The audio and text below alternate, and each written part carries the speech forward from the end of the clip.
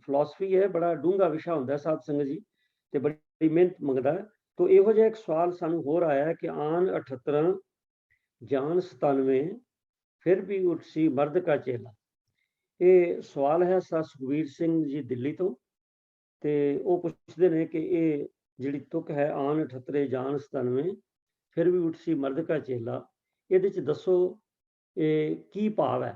ਤੇ ਮੈਂ ਸਮਝਦਾ ਵੀ ਇਹ ਵੀ ਇੱਕ ਤਰ੍ਹਾਂ ਦੀ ਫਿਲਾਸਫੀ ਹੈ।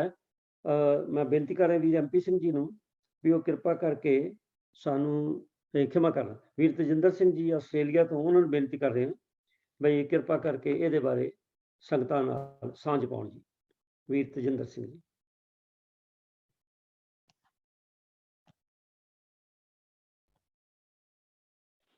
ਵਾਹਿਗੁਰੂ ਜੀ ਕਾ ਖਾਲਸਾ, ਵਾਹਿਗੁਰੂ ਜੀ ਕੀ ਫਤਿਹ। ਵੀਰ ਜੀ ने सुखबीर सिंह जी ने जो सवाल पूछा है ये बड़ा महत्वपूर्ण सवाल है और इस दे पिछे काफ़ी जड़े इंपॉर्टेंट इवेंट्स जड़े ने और गुरु नानक पातशाह की जड़ी परसनैलिटी है उन्हों की बाणी दे विच लिखण का जड़ा तरीका है वो साडे सामने बड़ा उगड़ के आउंदा है।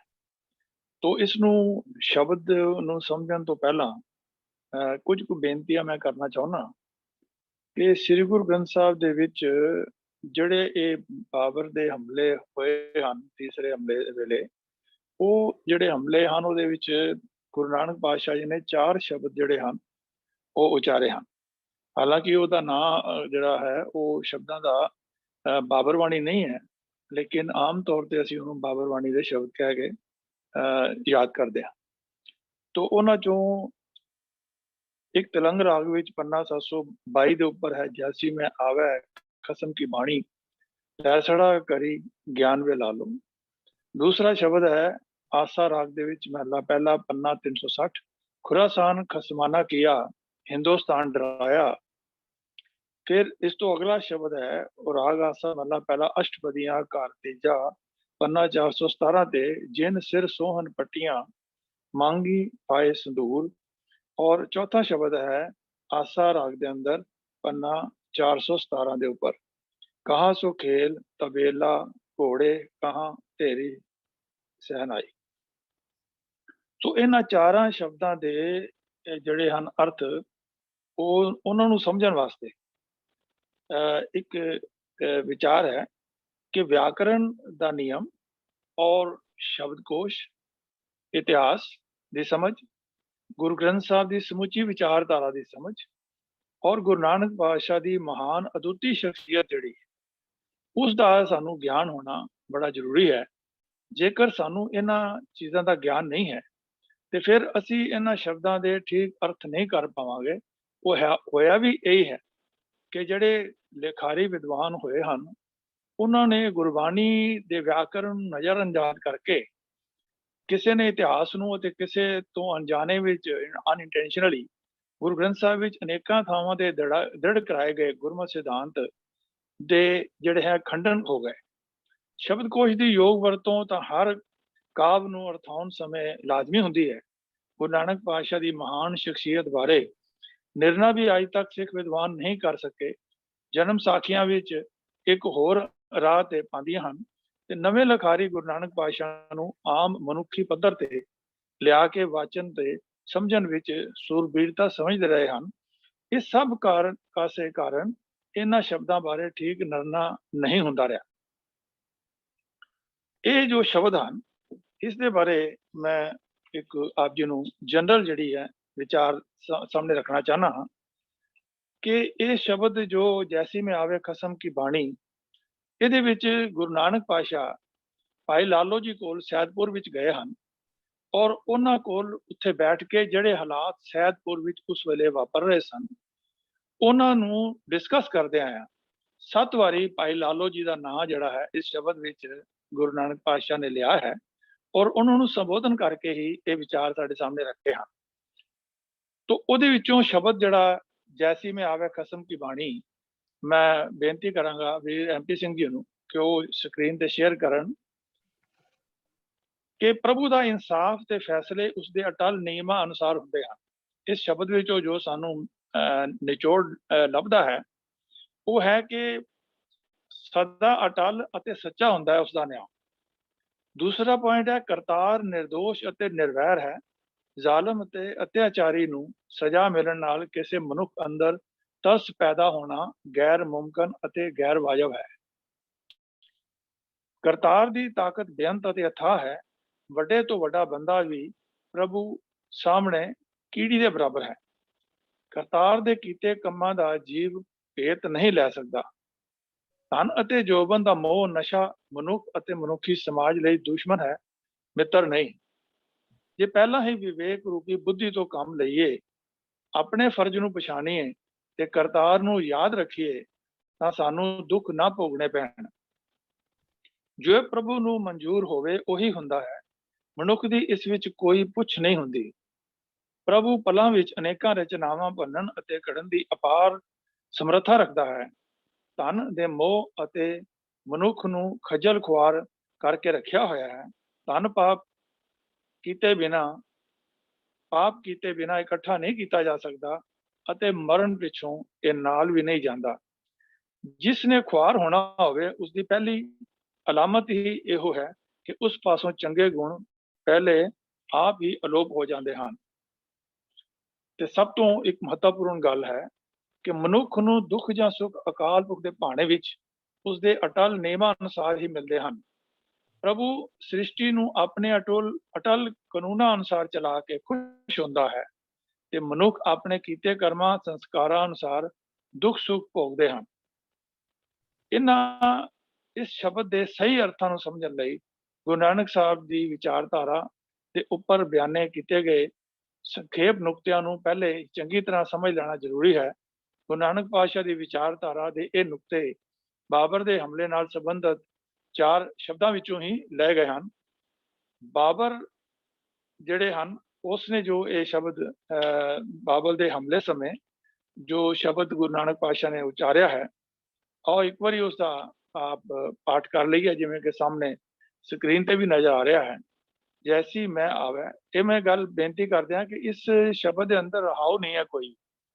ਇਹ ਸਾਰੇ ਇੱਕ ਸਟੇਟਮੈਂਟ ਹੈ ਜੋ ਗੁਰੂ ਨਾਨਕ ਪਾਤਸ਼ਾਹ ਪੇਸ਼ਨ ਗੋਈ ਦੇ ਤੌਰ ਦੇ ਉੱਪਰ ਕਰ ਰਹੇ ਹਨ। ਉਸ ਸਮੇਂ ਦੇ ਜੋ ਹਾਲਾਤ ਉਸ ਸੈਦਪੁਰ ਵਿੱਚ ਵਾਪਰ ਰਹੇ ਸਨ, ਉਸਦੇ ਅਸੈਸਮੈਂਟ ਕਰਕੇ ਉਹਨਾਂ ਨੇ ਅੱਗੋਂ ਪੇਸ਼ਨ ਗੋਈ ਕੀਤੀ ਹੈ, ਪ੍ਰੋਫੈਸੀ ਕੀਤੀ ਹੈ ਕਿ ਜਿਹੜੇ ਇਹਨਾਂ ਕੰਮਾਂ ਦੇ ਵਿੱਚ ਪਏ ਹੋਏ ਹਨ ਉਹਨਾਂ ਦਾ ਆਖਰ ਵਿੱਚ ਹਸ਼ਰ ਕੀ ਹੋਣਾ।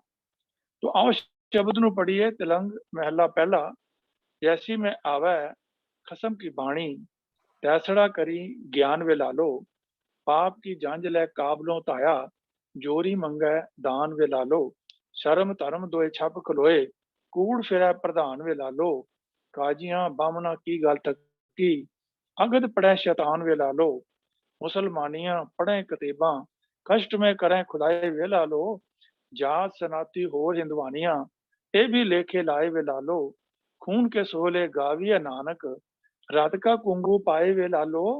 साहेब के गुण गावे नानक गावे, मासपुरी विच आख मसोला।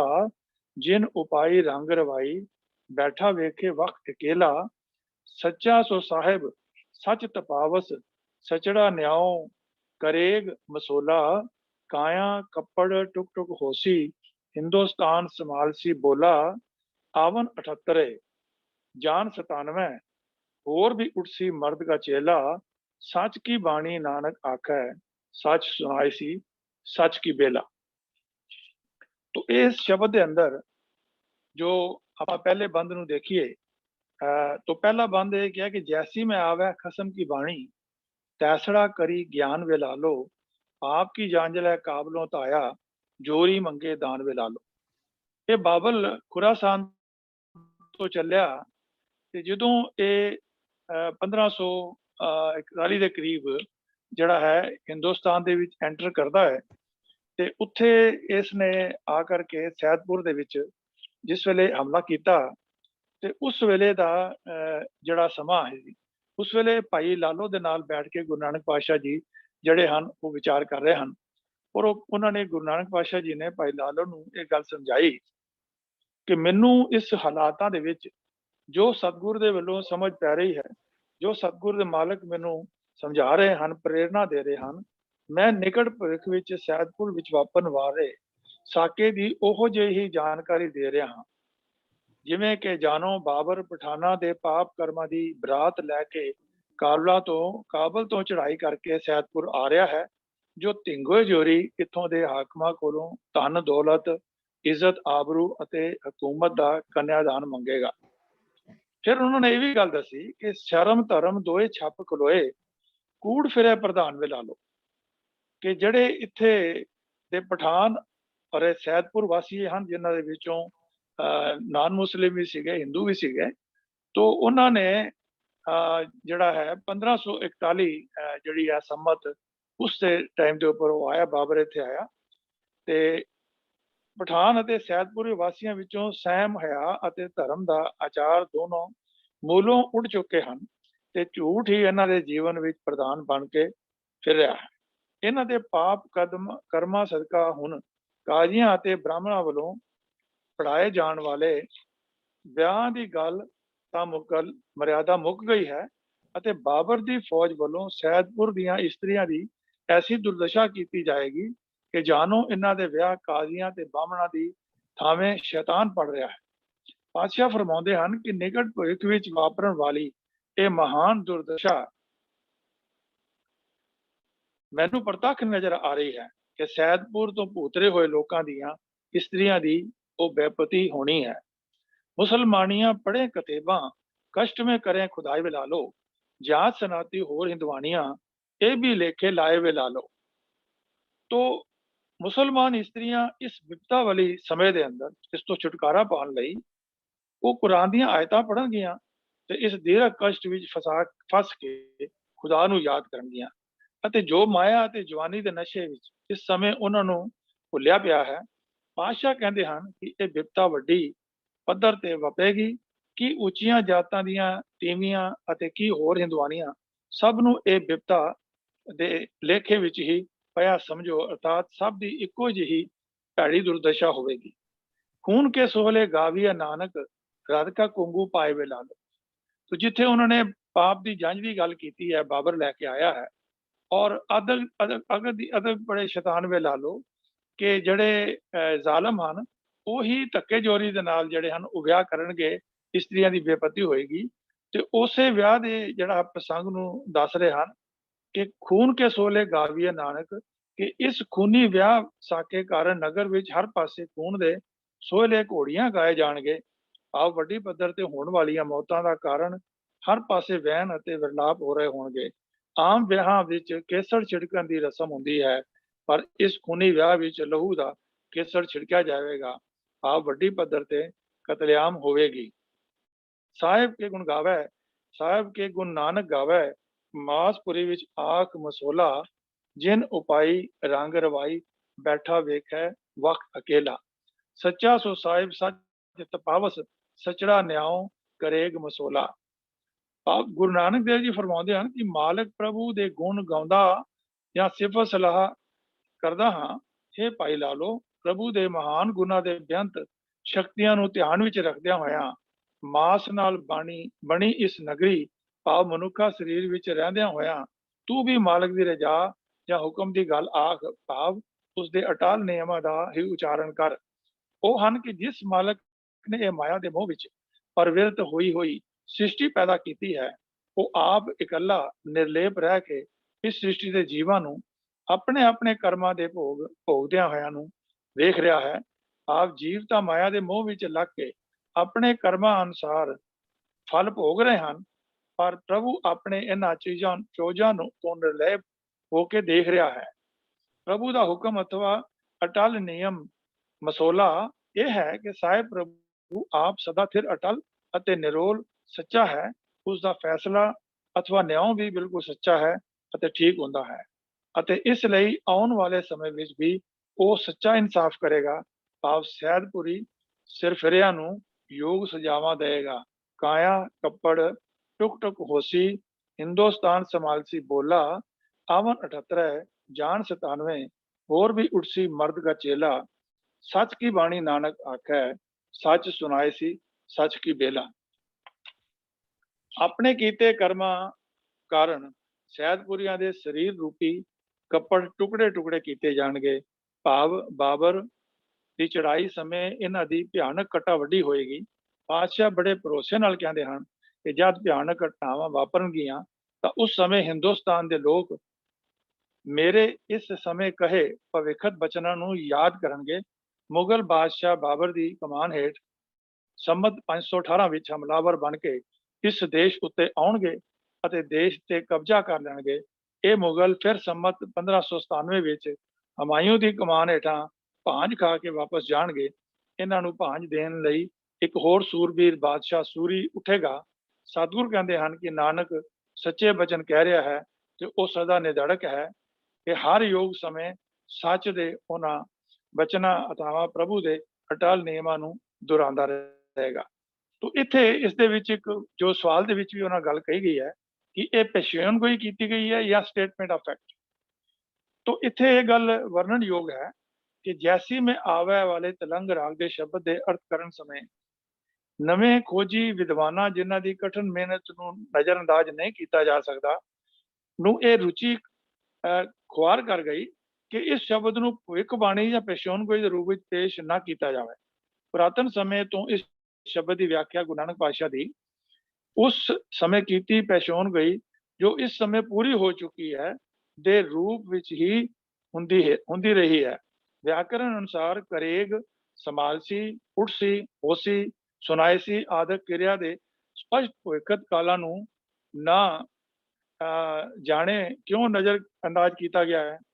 ਗੁਰੂ ਨਾਨਕ ਪਾਤਸ਼ਾਹ ਨੂੰ ਨਿਰਾ ਮਨੁੱਖੀ ਪੱਧਰ ਤੇ ਲਿਆ ਕੇ ਸੋਚਣਾ ਸਮਝਣਾ ਸਾਡੀ ਜਾਤੀ ਗੁਰੂ ਨਾਨਕ ਪਾਤਸ਼ਾਹ ਦੀ ਸਮੁੱਚੀ ਸ਼ਖਸੀਅਤ ਨੂੰ ਨਾ ਪਛਾਣਨ ਜਾਂ ਨਾ ਸਮਝਣ ਕਾਰਨ ਹੈ। ਹਾਂ, ਜਨਮ ਸਾਖੀਆਂ ਦੀ ਰੁਚੀ ਨੂੰ ਵੀ ਫੌਰੀ ਠੱਲ ਪੈਣੀ ਚਾਹੀਦੀ ਹੈ। ਕਰੋਗ ਦੇ ਅਰਥ ਕੀਤੇ ਗਏ ਹਨ, ਕਰੇਗਾ ਕਰ ਰਿਹਾ ਹੈ, ਹੋਸੀ ਦਾ ਹੋਵੇਗਾ ਜਾਂ ਹੋ ਰਿਹਾ ਹੈ, ਆਵਨ ਦੇ ਆਉਂਦੇ ਹਨ, ਜਾਣਗੇ ਜਾਂਦੇ ਹਨ, ਜਾਣਗੇ। ਇਹਨਾਂ ਕਿਰਿਆ ਪਦਾਂ ਦੇ ਸਪਸ਼ਟ ਭਵਿੱਖ ਕਾਲਾਂ ਨੂੰ ਬਿਆਨ ਵਿੱਚ ਨਿਰਾ ਖਿੱਚ ਤੋਈ ਅਤੇ ਗਲਤ ਬਿਆਨੀ ਹੀ ਕੀਤੀ ਗਈ ਹੈ। ਤੋ ਇਸ ਵਿਚਾਰ ਤੋਂ ਸਾਨੂੰ ਇਹ ਗੱਲ ਸਪਸ਼ਟ ਹੁੰਦੀ ਹੈ ਕਿ ਗੁਰੂ ਨਾਨਕ ਪਾਤਸ਼ਾਹ ਦੀ ਜੋ ਆਪਣੀ ਐਨਾਲਿਟੀਕਲ ਉਹਨਾਂ ਦੇ ਮਾਈਂਡ ਸੀ, ਜੋ ਉਹਨਾਂ ਦਾ ਅਨੁਭਵ ਸੀ, ਉਸ ਸਮੇਂ ਦੇ ਹਾਲਾਤਾਂ ਨੂੰ ਉਹਨਾਂ ਨੇ ਸਾਡੇ ਸਾਹਮਣੇ ਰੱਖਿਆ ਹੈ। ਔਰ ਅੱਗੋਂ ਦੇ ਜੇ ਚੇਤੀਏ ਤਾਂ ਕਾਇਤ ਮਿਲੇ ਸਜਾਏ ਵਾਲੀ ਜਿਹੜੀ ਗੱਲ ਹੈ ਕਿ ਜੇਕਰ ਸੈਦਪੁਰ ਦੇ ਲੋਕ ਉਸ ਸਮੇਂ ਆਪਣੇ ਜਿਹੜੇ ਉਹਨਾਂ ਦੇ ਫਰਜ਼ ਸਨ, ਜਿਹੜੇ ਉਹ ਰਾਜੇ ਸਨ, ਉਹ ਬਿਲਕੁਲ ਠੀਕ ਤਰੀਕੇ ਨਾਲ ਅਗਰ ਚੱਲਦੇ ਤੇ ਇਹ ਜਿਹੜੀ ਅਵਸਥਾ ਹੈ ਉਹਨਾਂ ਦੀ ਦੁਰਦਸ਼ੀ ਜਿਹੜੀ ਹੈ ਉਹ ਨਹੀਂ ਸੀ ਹੋਣੀ। ਇਹ ਸਾਬਤ ਹੋ ਗਿਆ ਕਿ ਇਹ ਭਵਿੱਖਤ ਕਾਲ ਦੇ ਜਿਹੜੇ ਹਨ ਸ਼ਬਦ ਭਵਿੱਖਬਾਣੀ ਹੈ, ਭਵਿੱਖਬਾਣੀ ਕੀਤੀ ਗਈ ਹੈ ਤੇ ਇਸ ਨੂੰ ਸਮਝਣਾ ਜਿਹੜਾ ਹੈ ਉਹ ਬੜਾ ਜ਼ਰੂਰੀ ਸੀਗਾ। ਤੋ ਆਸ ਹੈ ਜਿਨ੍ਹਾਂ ਵੀਰਾਂ ਨੇ ਸਵਾਲ ਕੀਤਾ ਹੈ ਉਹਨਾਂ ਨੂੰ ਇਸ ਦਾ ਜਵਾਬ ਮਿਲ ਗਿਆ ਹੋਏਗਾ। ਵਾਹਿਗੁਰੂ ਜੀ ਕਾ ਖਾਲਸਾ, ਵਾਹਿਗੁਰੂ ਜੀ ਕੀ ਫਤਿਹ। ਸਤ ਸੰਗਤ ਜੀ, ਵੀਰ ਜੀ ਨੇ ਜਿਹੜਾ ਸਵਾਲ ਨਿਭਾਇਆ ਹੈ ਇਹ ਬੜਾ ਹੀ ਡਿਫਿਕਲਟ ਸਵਾਲ ਹੈ। ਉਹਦਾ ਕਾਰਨ ਇਹ ਹੈ ਕਿ ਬਹੁਤ ਸਾਰੇ ਵਿਦਵਾਨ ਜਾਂ ਕਥਾਕਾਰ ਪ੍ਰਚਾਰਕ ਜਿਹੜੇ ਨੇ ਉਹ ਆਪੋ ਆਪਣੇ ਵਿਚਾਰ ਜਿਹੜੇ ਨੇ ਇਹਦੇ ਤੇ ਦਿੰਦੇ ਆਏ ਨੇ ਕਾਫੀ ਸਮਿਆਂ ਤੋਂ, ਜਿਸ ਕਰਕੇ ਇਹ ਜਿਹੜੀਆਂ ਤੁਕਾਂ ਨੇ ਕਿ ਆਨ 78 ਜਾਨ 97 ਇਹਨਾਂ 'ਚ ਬੜਾ ਭਾਰੀ ਕਨਫਿਊਜ਼ਨ ਹੈ ਆਪਣੇ ਸਿੱਖ ਪੰਥ ਵਿੱਚ। ਤੋ ਇਹ ਕਾਫੀ ਡਿਫਿਕਲਟ ਸਵਾਲ ਹੈ, ਪਰ ਵੀਰ ਜੀ ਨੇ ਬੜੇ ਹੀ ਮਿਹਨਤ ਦੇ ਨਾਲ ਸਾਨੂੰ ਜਿਹੜੇ ਨੇ ਕੋਈ ਕਾਫੀ ਫੈਕਟ ਸਾਡੇ ਸਾਹਮਣੇ ਰੱਖੇ ਨੇ ਜਿਹੜੇ ਵੇਲੇ ਮੈਨੂੰ ਤਾਂ ਘੱਟੋ ਘੱਟ ਬਹੁਤ ਕਨਵਿੰਸਿੰਗ ਲੱਗੇ ਨੇ। ਤੋ ਆਸ ਹੈ ਸੰਗਤ ਵੀ ਇਹਦੇ ਨਾਲ ਸਹਿਮਤ ਹੋਏਗੀ, ਪਰ ਇਹਦੇ ਵਿੱਚ ਸਵਾਲ ਆਉਣੇ ਜ਼ਰੂਰੀ ਨੇ ਕਿਉਂਕਿ ਇਹ ਕੁਐਸਚਨ ਹੈ ਹੀ ਬੜਾ ਡਿਫਿਕਲਟ ਹੈ। ਔਰ ਦੂਸਰਾ ਜਿਵੇਂ ਮੈਂ ਪਹਿਲੇ ਬੇਨਤੀ ਕੀਤੀ ਹੈ ਕਿ ਵੱਖ-ਵੱਖ ਰਾਵਾਂ ਕਿਉਂਕਿ ਆਉਂਦੀਆਂ ਰਹੀਆਂ ਸਮੇਂ-ਸਮੇਂ, ਜਿਸ ਕਰਕੇ ਸੰਗਤਾਂ 'ਚ ਕਨਫਿਊਜ਼ਨ ਵਧਣਾ ਸਹਿਬਨ ਹੈ। ਉਂਝ ਸਾਧ ਸੰਗਤ ਜੀ ਇੱਕ ਗੱਲ ਬੜੀ ਪੱਕੀ ਹੈ ਜਿਹੜੀ ਇਸ ਸ਼ਬਦ 'ਚ ਸਾਨੂੰ ਜੋ ਲੱਭਦੀ ਹੈ ਬਾਕੀਆਂ ਗੱਲਾਂ ਤੋਂ ਇਲਾਵਾ, ਕਿ ਜੋ ਮਹਾਰਾਜ ਨੇ ਬਾਣੀ 'ਚ ਲਿਖਿਆ ਕਿ ਪਰਮੇਸ਼ਰ ਤੇ ਭੁੱਲਿਆ ਵਿਆਪਨ ਸਭੇ ਰੋਗ। ਤੋ ਇਹ ਸ਼ਬਦ ਜਿਹੜਾ ਸਾਨੂੰ ਮੋਟੀਵੇਟ ਕਰਦਾ ਕਿ ਅਸੀਂ ਚੰਗੇ ਕਰਮ ਕਰੀਏ, ਵਰਨਾ ਮਾੜੇ ਕਰਮ ਕਰਨ ਲਈ ਤਾਂ ਜਿਹੜਾ ਵੀ ਕਰੇਗਾ ਦੁੱਖ ਰੋਗ ਸੋਗ ਬਿਸਰੇ ਜਬ ਨਾ, ਜਿਸ ਵੇਲੇ ਅਸੀਂ ਰੱਬ ਤੋਂ ਟੁੱਟ ਜਾਂਦੇ ਹਾਂ ਔਰ ਦੂਸਰਿਆਂ ਕਰਮਾਂ 'ਚ ਪੈ ਜਾਂਦੇ ਹਾਂ, ਕੁਕਰਮਾਂ 'ਚ ਪੈ ਜਾਂਦੇ ਹਾਂ, ਤਾਂ ਉਹ ਤਾਂ ਉੱਠ ਖਲੋਏ ਰੋਗ ਵਾਲੀ ਗੱਲ ਜਿਹੜੀ ਹੈ ਉਹ ਸਾਹਮਣੇ ਆਉਂਦੀ ਹੈ। ਤੋ ਜਿੱਥੇ ਬਾਕੀ ਹਿਸਟੋਰੀਕਲ ਗੱਲਾਂ ਵੀਰ ਜੀ ਨੇ ਦੱਸੀਆਂ ਨੇ ਉੱਥੇ ਮੈਂ ਫਿਰ ਬੇਨਤੀ ਕਰਦੇ ਹਾਂ ਕਿ ਸਾਨੂੰ ਇਸ ਸ਼ਬਦ ਤੋਂ ਮੋਟੀਵੇਸ਼ਨ ਮਿਲਦੀ ਹੈ ਕਿ ਅਸੀਂ ਆਪਣੇ ਜੀਵਨ ਨੂੰ ਹਮੇਸ਼ਾ ਸਹੀ ਪੱਧਰ ਤੇ ਚਲਾਈਏ, ਨਹੀਂ ਤਾਂ ਇਹ ਗੱਲ ਕਿਸੇ ਨਾਲ ਵੀ ਵਾਪਰ ਸਕਦੀ ਹੈ। ਤੋ ਵੀਰ ਜੀ ਦਾ ਜਿੱਥੇ ਧੰਨਵਾਦ ਹੈ, ਮੈਂ ਬੇਨਤੀ ਕਰਦੇ ਹਾਂ ਕਿ ਗੁਰੂ ਨਾਨਕ ਪਾਤਸ਼ਾਹ ਜੀ ਦੀ ਜਿਹੜੀ ਦੂਰ ਅੰਦੇਸ਼ੀ ਹੈ ਉਹਨੂੰ ਕੋਈ ਮੈਜ਼ਰ ਨਹੀਂ ਕਰ ਸਕਦਾ, ਬਿਆਨ ਨਹੀਂ ਕਰ ਸਕਦਾ ਕਿ ਕਿੰਨੀ ਕੁ ਦੂਰ ਅੰਦੇਸ਼ੀ। ਇਹਨਾਂ ਦਿਨਾਂ 'ਚ ਹੀ ਮੈਂ ਕੁਛ ਇੱਥੇ ਨੌਜਵਾਨ ਜਿਹੜੇ ਇੱਥੇ ਦੇ ਜੰਮਪਲ ਜਾਂ ਯੂਨੀਵਰਸਿਟੀ 'ਚ ਪੜ੍ਹਦੇ ਨੇ, ਉਹਨਾਂ ਨਾਲ ਗੱਲਬਾਤ ਕਰਦਿਆਂ ਵੀ ਜਦ ਇਹ ਗੱਲਾਂ ਚੱਲੀਆਂ, ਤਾਂ ਮੈਂ ਫੈਕਟ ਦੱਸਿਆ ਕਿ ਉਹ ਵੀ ਅਖੀਰ ਇਸ ਗੱਲ ਤੇ ਆ ਕੇ ਮੰਨੇ ਵੀ ਵਾਕਈ ਗੁਰੂ ਨਾਨਕ ਸਾਹਿਬ ਜਿਹੜੇ ਨੇ, ਇਹਨਾਂ ਨੂੰ ਅਸੀਂ ਆਮ ਦੁਨਿਆਵੀ ਪੱਧਰ ਦੇ ਇਨਸਾਨ ਨਹੀਂ ਸਮਝ ਸਕਦੇ। ਉਹ ਕਿਉਂਕਿ ਪਹਿਲੇ ਤਾਂ ਬਾਰ-ਬਾਰ ਕੁਐਸਚਨ ਕਰਦੇ ਸੀ how it happened, how it done.